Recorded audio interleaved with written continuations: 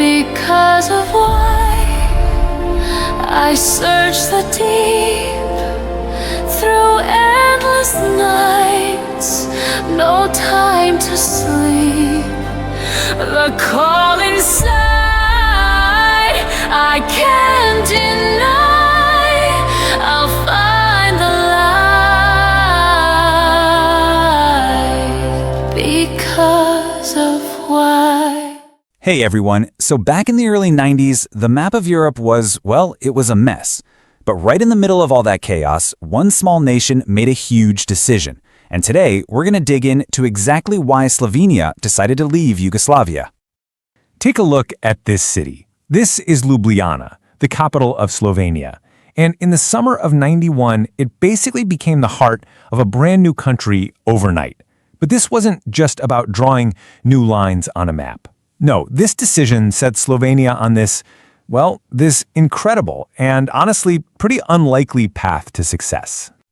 So, you gotta ask, right? Why would a small republic just up and leave a country it had been a part of for over 70 years? Well, it definitely wasn't a snap decision. It really boiled down to two massive problems that had been brewing under the surface for a long, long time. A big money problem and an even bigger power problem.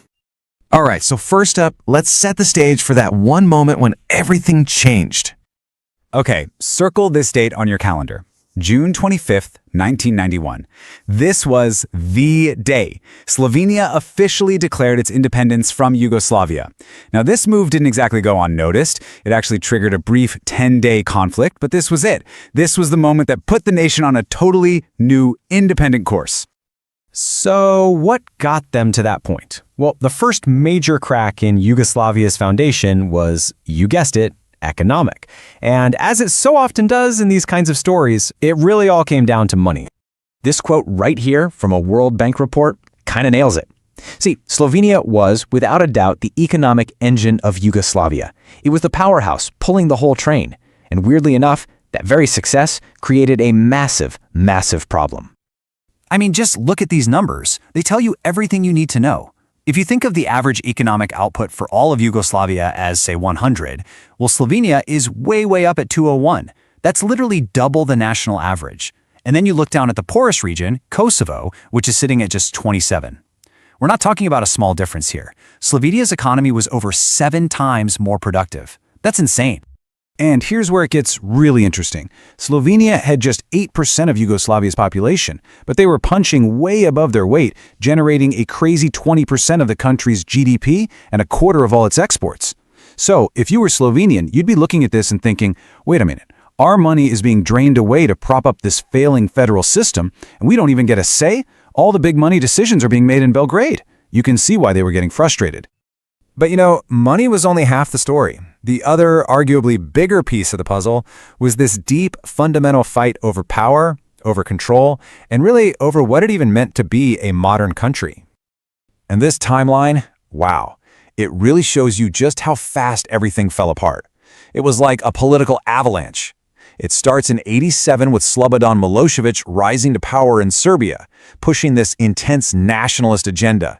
By '89, the crisis in Kosovo makes it clear that any kind of real democratic reform within Yugoslavia is pretty much a fantasy. Then, a year later, the Communist Party, the one thing holding it all together, just disintegrates. And by 1991, the Slovenian people themselves have had enough.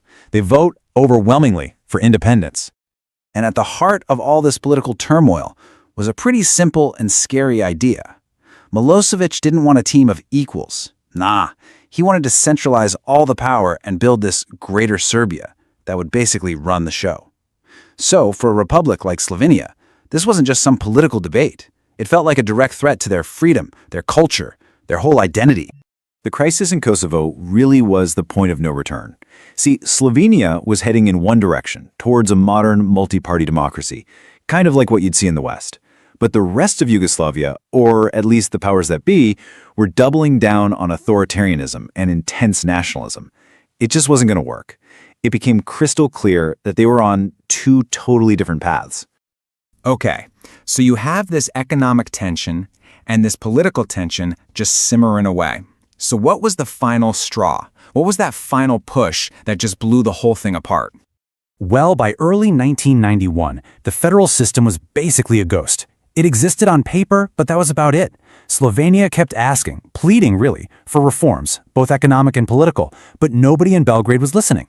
The central government had lost its grip, and honestly, the republics were already acting like their own separate countries anyway. And then came the final 3 body blows that just destroyed any last hope of keeping things together. First, Serbia basically raided the federal money system, printing a ton of cash just for itself, which of course tanked the economy. Then this nasty little trade war kicks off between Serbia and Slovenia, and all the while, the federal government is just paralyzed. It can't do anything. At that point, the system was just broken beyond repair. For Slovenia, leaving wasn't really a choice anymore. It was a necessity. So they did it. They took the leap. But what's really amazing is how well Slovenia handled the transition. I mean, especially when you think about the awful wars that tore apart its neighbors. So how did they pull it off?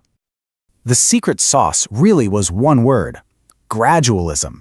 See, instead of that shock therapy approach that a lot of other ex-communist countries tried, changing everything overnight, Slovenia was super pragmatic. They said, okay, let's secure our independence first, then we'll deal with the economy one step at a time.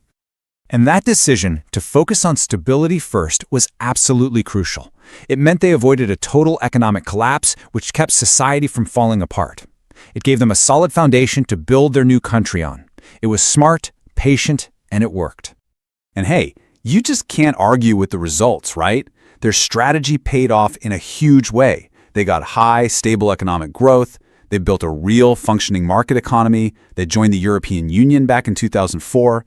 And maybe most importantly, they managed to avoid the horrific wars that happened everywhere else. It really is one of the great success stories of post-Cold War Europe. Which brings us to the big question. Was Slovenia's path, this relatively peaceful, super successful exit, was it a blueprint that other places could copy? Or was it just a historical one-off, a perfect storm of circumstances that could never happen again? That's something historians are still chewing on today. So what do you think? Was it a model that could be repeated or just a fluke? I would genuinely love to know what you think, so drop a comment below. And hey, if you found this All Explainer useful, do me a favor and hit that like button and subscribe for more deep dives into this kind of stuff. Thanks so much for sticking with me. I'll see you in the next one.